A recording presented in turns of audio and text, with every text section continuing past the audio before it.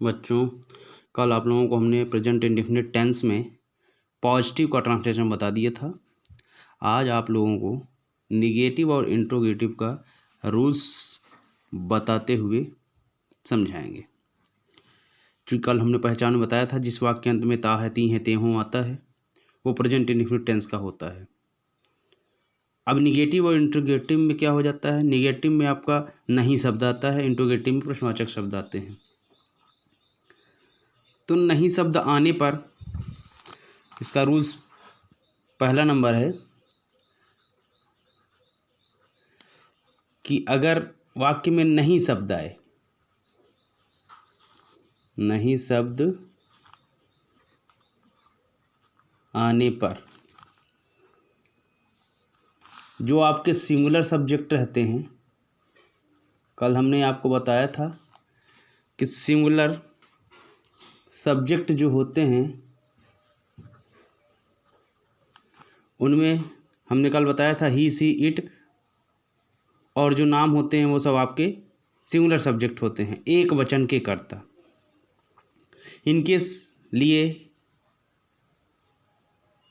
या इनके साथ नहीं शब्द के लिए हम डज नॉट का प्रयोग करते हैं या फिर डजेंट लिख देते हैं। चाहे आप डज नॉट लिखिए या फिर डजेंट लिख दीजिए। और जो प्लूरल रहेंगे जिसको हम बहुवचन कहते हैं, बार बार बताने की जरूरत है नहीं, क्योंकि कल आप लोग को जानकारी हो गई कि प्लूरल में आई, वी, यू, दे ये जो कर्ता होते हैं इनको हम बहुवचन का कर्ता कहते हैं, इंग्लिश में प्लूरल सब्जेक्ट। इनके साथ नहीं के लिए डू नॉट का प्रयोग करते हैं, डू नॉट या उसको डोंट लिख सकते हैं। इसका शॉर्ट रूल आप लोग लिख लीजिए जैसे दिक्कत ना हो ट्रांसलेशन करते समय। शॉर्ट रूल में ये बताया जा रहा है कि सबसे पहले हम सब्जेक्ट को लिखते हैं। क्या लिखते हैं? सब्जेक्ट।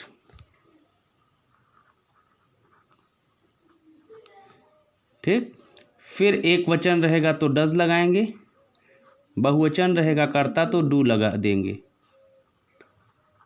डू लगा देंगे। ठीक है, डू लगाने के बाद फिर नहीं शब्द के लिए वो नॉट जो आता है उसको लिखते हैं। फिर वर्ब की फर्स्ट फॉर्म लिखेंगे। ठीक है, फर्स्ट फॉर्म जैसे उसमें साधारण में क्या करते थे, एक वजह साथ ऐसे ही जोड़ते थे, इसमें नहीं जोड़ेंगे, सीधे फर्स्ट फॉर्म लिख देंगे। रीड है तो रीड ही लिखेंगे, रीड्स नहीं लिखेंगे, क्योंकि आपका डू और डज काम कर देगा ना एक वचन साथ, इसीलिए डज लग रहा है, क्योंकि डू के साथ ही ईएस लगा दो तो उसको डज बोलेंगे, हटा दो तो डू बोलते हैं। तो एक वचन है तो डज लगा दो, बहुवचन है डू लगा दो, फिर नॉट लगाओ, वर्ब की फर्स्ट फॉर्म लिख दो, मतलब क्रिया की अंग्रेजी, काम की अंग्रेजी लिखो।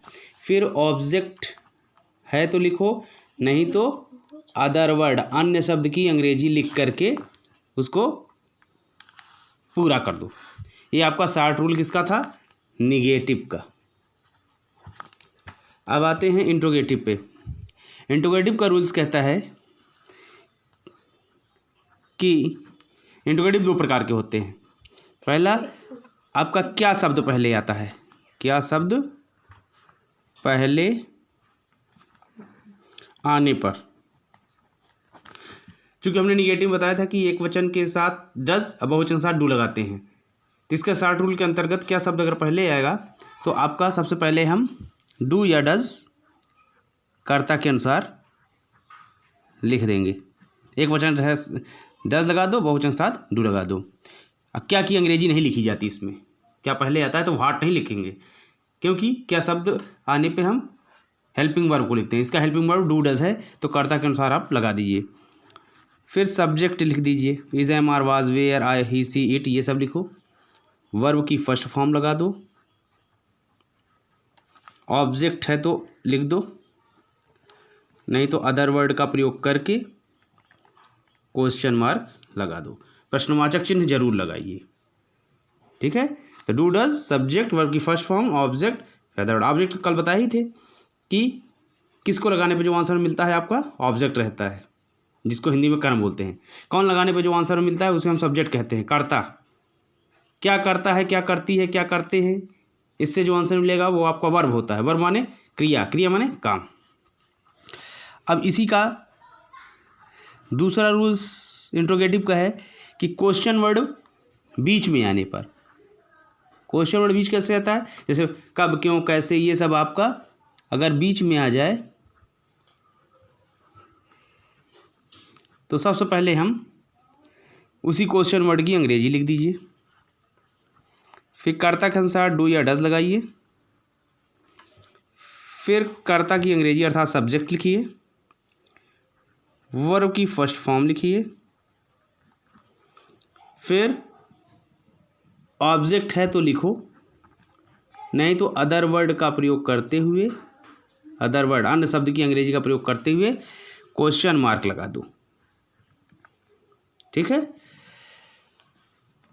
तो ये हो गया आपका निगेटिव और इंट्रोगेटिव दोनों। अब क्वेश्चन वर्ड जैसे और लोगों को नहीं आता तो हम कुछ शब्द लिख दे रहे हैं उसकी अंग्रेजी, जैसे अब आपका आ गया कब,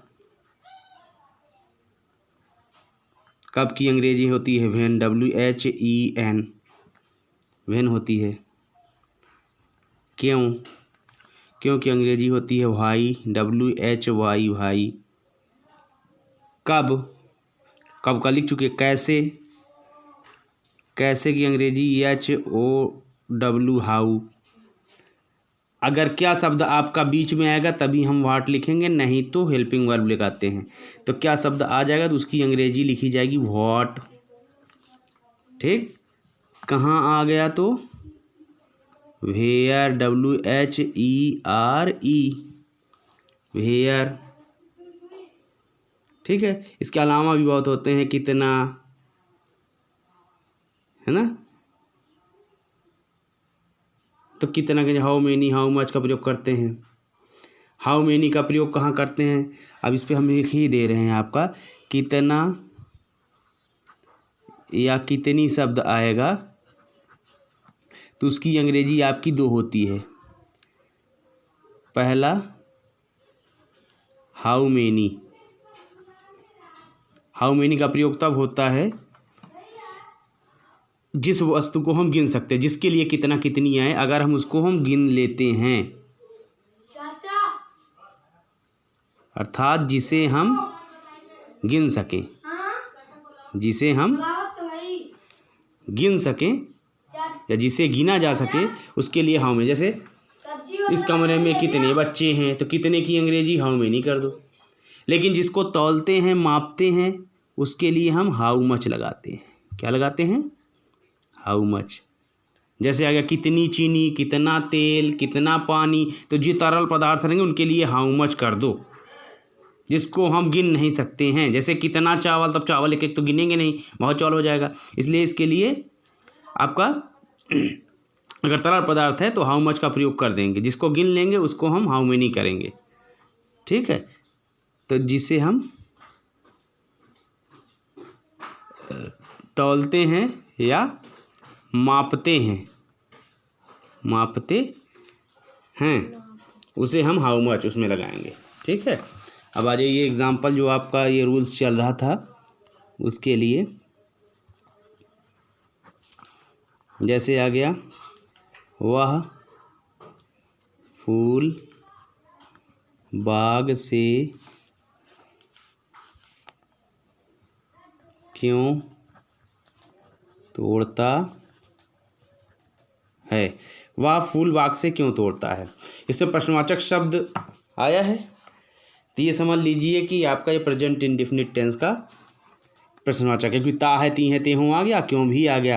अब प्रश्नवाचक आया है तो कहाँ आया, बीच में आया, तो इसका हमको बीच वाले का रूल्स लगाना है। क्वेश्चन वर्ड की अंग्रेजी देखिए, इसमें पहले है क्वेश्चन वर्ड की अंग्रेजी लिख दो, क्योंकि अंग्रेजी व्हाई।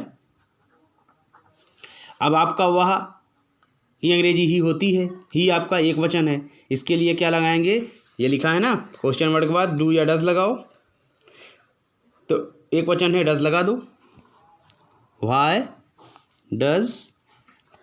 अब करता क्या है, वह की अंग्रेजी ही, फिर तोड़ना की अंग्रेजी प्लक, क्योंकि आपकी वर्ब की फर्स्ट फॉर्म इसके बाद कर्ता मतलब सब्जेक्ट लिखेंगे, सब्जेक्ट के बाद वर्ब की फर्स्ट फॉर्म, फिर क्रिया, यही है, वर्ब को ही बोलते हैं, फर्स्ट फॉर्म लिख दिया गया।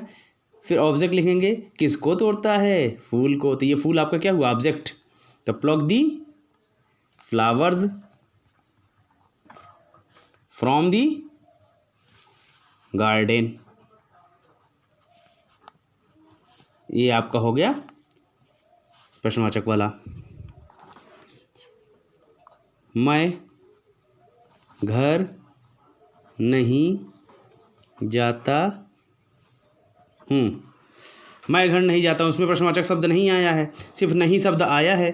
तो मैं की अंग्रेजी आई आपका बहुवचन है, तो नहीं के लिए क्या लगाओगे, डू नॉट या डोंट। क्रिया मतलब जाना की अंग्रेजी गो, कहाँ, गो टू हाउस, घर नहीं जाता हूँ। फिर क्या शब्द वाला एक बार देख लिया, क्योंकि क्या वाला भी नहीं बताया ना। क्या सीता और गीता पुस्तक पढ़ती हैं, तो क्या शब्द पहले आया है। अब कौन पढ़ती हैं, सीता और गीता, कौन लगाने पास हमको मिला है, कर्ता। कर्ता दो लोग हैं, है ना, दो नाम हैं, तो बहुवचन हो गया, तो बहुवचन के साथ हम क्या लगाएंगे, डू, क्योंकि यहाँ देखो लिखा है ना, क्या शब्द पहले आने पर सबसे पहले हम डू या डज लिखते हैं कर्ता के अनुसार। तो कर्ता हमारा बहुवचन है, प्लूरल नंबर, डू लगा दो। फिर सीता एंड गीता, पढ़ना की अंग्रेजी रीड दी बुक, ये आपका ट्रांसलेशन हो गया, do Sita and Gita read the book. इस प्रकार आपका इंट्रोगेटिव और निगेटिव का रूल्स प्रेजेंट इंडेफिनिट टेंस का ख़त्म हुआ। अब अगले दिन आपको अगले टेंस के साथ ट्रांसलेशन लेके फिर हाजिर होऊंगा। यदि आपको ये वीडियो पसंद आया हो तो आप इसको लाइक और शेयर जरूर करिए और मेरे चैनल को जरूर सब्सक्राइब करिए। धन्यवाद।